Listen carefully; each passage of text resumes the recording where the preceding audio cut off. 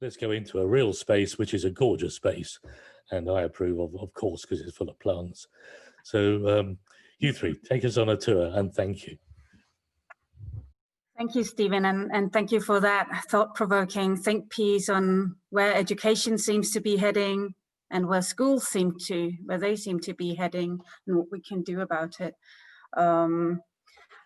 I think we have meanwhile, a real responsibility of also really trying to do our best in creating those engaging environments, because things that we can do as adults, if it doesn't work for us where we work, kids are not able to do that. They can't quit their jobs as students. They do have to show up every day and do what we've sort of planned for them or with them in the best cases.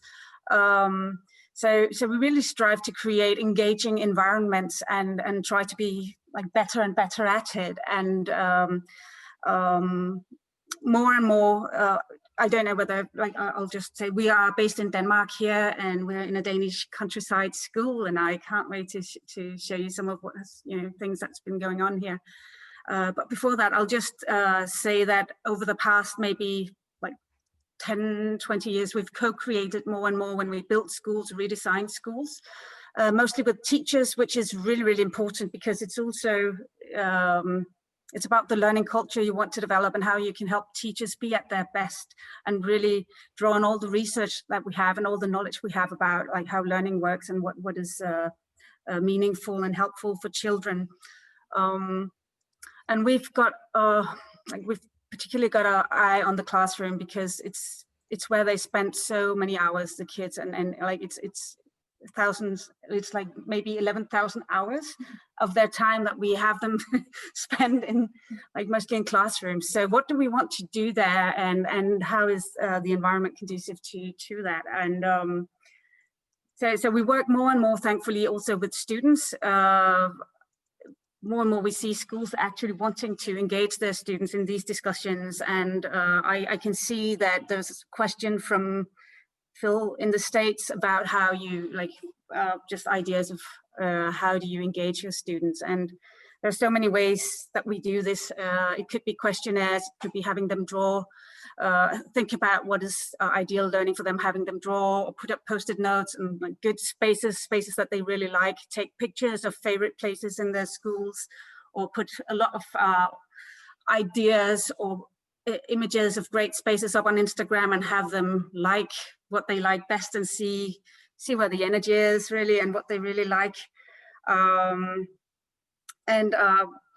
Actually recently we Bidden here next to me, who's a head teacher of this countryside school, she asked us to come down and play with all the teachers and have a look at how learning spaces or classrooms particularly should look going forward, because you want to do something about that.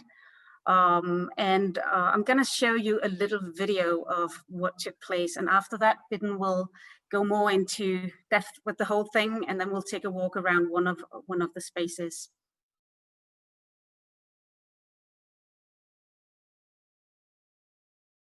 Good. So yeah, I hope the sound worked and all. And yeah, so I just maybe you wondered about the voice. It's it's a good American friend who we worked with a lot, AJ, who helped us do the voiceover so that you didn't have to listen to Danish. So I hope that was helpful. Bidden, you took a really courageous decision, a very brave one recently. So could you share with us what were the thoughts behind it and the whole process? Hello, everybody. I started here at the school as a principal for almost a year ago, and it was a very traditional learning space, as we all know it, for 40 years ago. 40 years ago, and it was a school with a lot of possibilities, but it was a very boring learning space, and it was very institutional. So that had to change, and the classroom was one size fit all, and there was not space to the students' difference and different needs and learning style. So in the spring, I called Lene, who I know from earlier, and asked her to come and make this event for us. And then I called the bachelor education for student social education. And they would like to come and do some learning space project with us. So they came here for 8 whole days, 40 students who was in 7 groups. My school is from the 6-year-old to the 12-year-old, and I have 7 classes. So all the students went to 7 groups and was with the students from my school. And we have created 7 unique classrooms. They're very different. Each one is unique because the involvement from the young students and the students from the social educator and from the teachers in the classroom. And the age also of the young students have an importance how the involvement was. So it is 7 very different classrooms. And we are here live from one of my favorite rooms. It's last year it was a classroom for only 14 students who was 12 years old, and the table and the chairs were placed in rows, and it was very boring, and it was crowded and no space, and it was awful.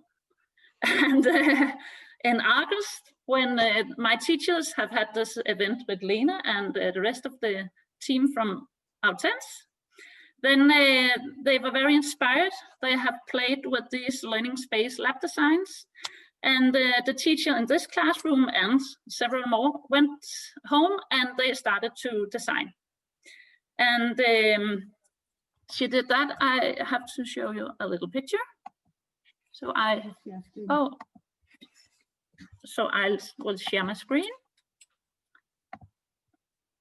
Just a moment. This one is how she have made it. So now there were no more rows, but then she moved a lot of the furniture. She made room to sit on the floor on a pillow, and she made zones to group work and working alone. And they had a month to experience and to use the classroom in new ways. And then these students from the social educator came, and they started to continue the redesign. And this room had a very big involvement from the students.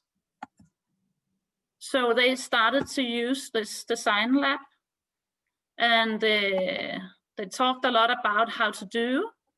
And they were very good at telling what the difference was and why they placed the furnitures.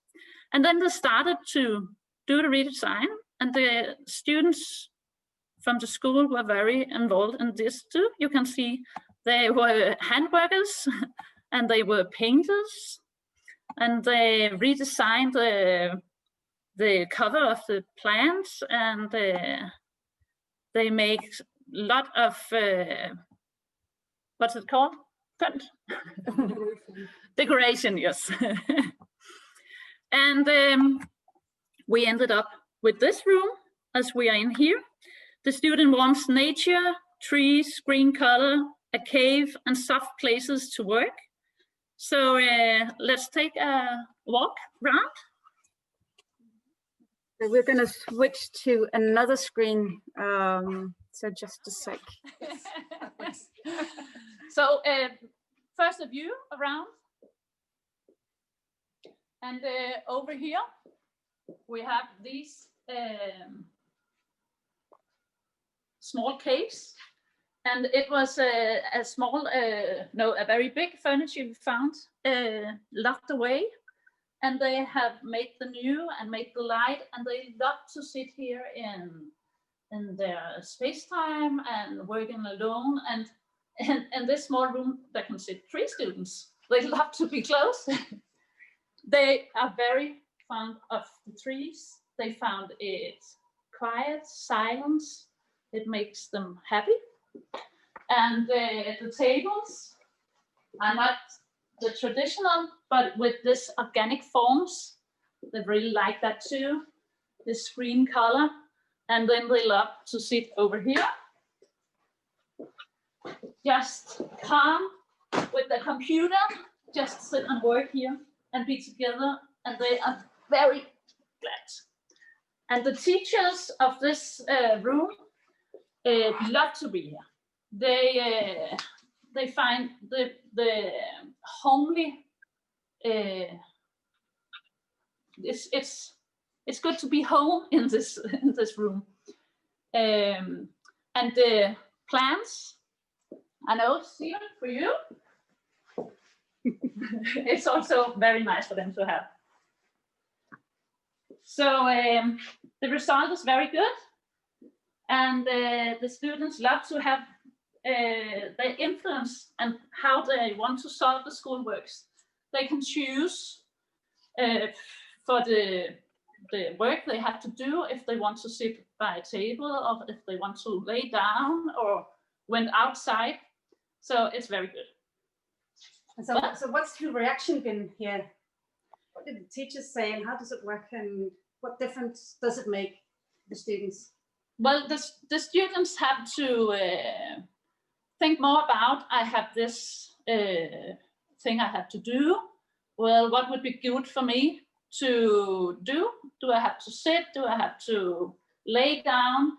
So they are they are moving around. They don't sit still for 7 hours. In this room, it's natural to move around. And that has to make a difference for the teachers as well, because the teachers now have to, they have to be okay with noise, because the kids just don't sit in rows and be quiet, but they are more noisy because they move around. But it's okay because it's working noise. I think the next step for me as a principal is to keep talking about these learning spaces and keep make them reflect about how to change their education, how to change the way they learn, because the teachers could also in a different learning space do as usual. So they have to change if you want to come all the way and make the whole difference for each student. And I think a big point here is also that it's not a final solution. It's a tool that you continue to tweak and adjust and actually redesign over and over again, I guess, going forward. It's going to be really interesting to follow. I don't know whether our time is up. I kind of feel it might be. You've still got a couple of minutes, Lena. You've still got a couple of minutes. Good. So let's go. I'd like to go more into the teachers. Both the sort of like, what has this done so far to the way they work or prepare, or are they comfortable in these environments? Yes, they are. In this classroom, that's also one of my favorite, and she is so happy, and she trusts more to the students. The students are allowed to have their own opinion about how to solve a problem, and that's new. But also I have some of the other classrooms where the teacher there finds it more difficult. It's 7 different classrooms, but it's also 14 different teachers. So someone finds it's easier to change the way than others. Yeah. And that's why I have to keep the process going. Yeah, and a key point in the process that you've chosen to, like the way you've chosen to do it, is that it's centered around the needs that the kids feel. Yeah. Yeah, and I also think it's about academic benefits, and it's about well-being, and it's because of the kids, and that's the point. It's because of the kids we have to do this, and that's the point for the teachers as well, because it's for the students we are. So maybe if we do a really good job, Stephen, they might want to come in more than 1 or 2 days a week. So yeah. Yeah, and it's. I think it's important. This is not only about learning spaces, but it's about viewing of learning and child vision. Yep. And in comparison with the old classroom, this is a much more social space. This is a space that will actually, I think, encourage friendships, and you feel more relaxed and comfortable, and you're not stuck in one place. And if you sort of have a fallout with the person next to you, you can actually make a conscious decision to move around, to go to another place, to work in a different way. So we do address the need to actually have an influence on your own life and the way you work and the way you've done things here. I'm really looking forward to seeing where you're going to take this, because I thought, like, this is when do you meet a head teacher who says, like, hey, we're going to empty the school completely and have the kids redesign it with some students of pedagogy that we bring in. And well, this is actually what you did, and I know your teachers love you. Still, yeah. But yeah, so really, congratulations. But it was hard for the teachers because the classroom is their own, so some of them find it very difficult and scary. But they are still happy, everyone. So thank you. Yeah.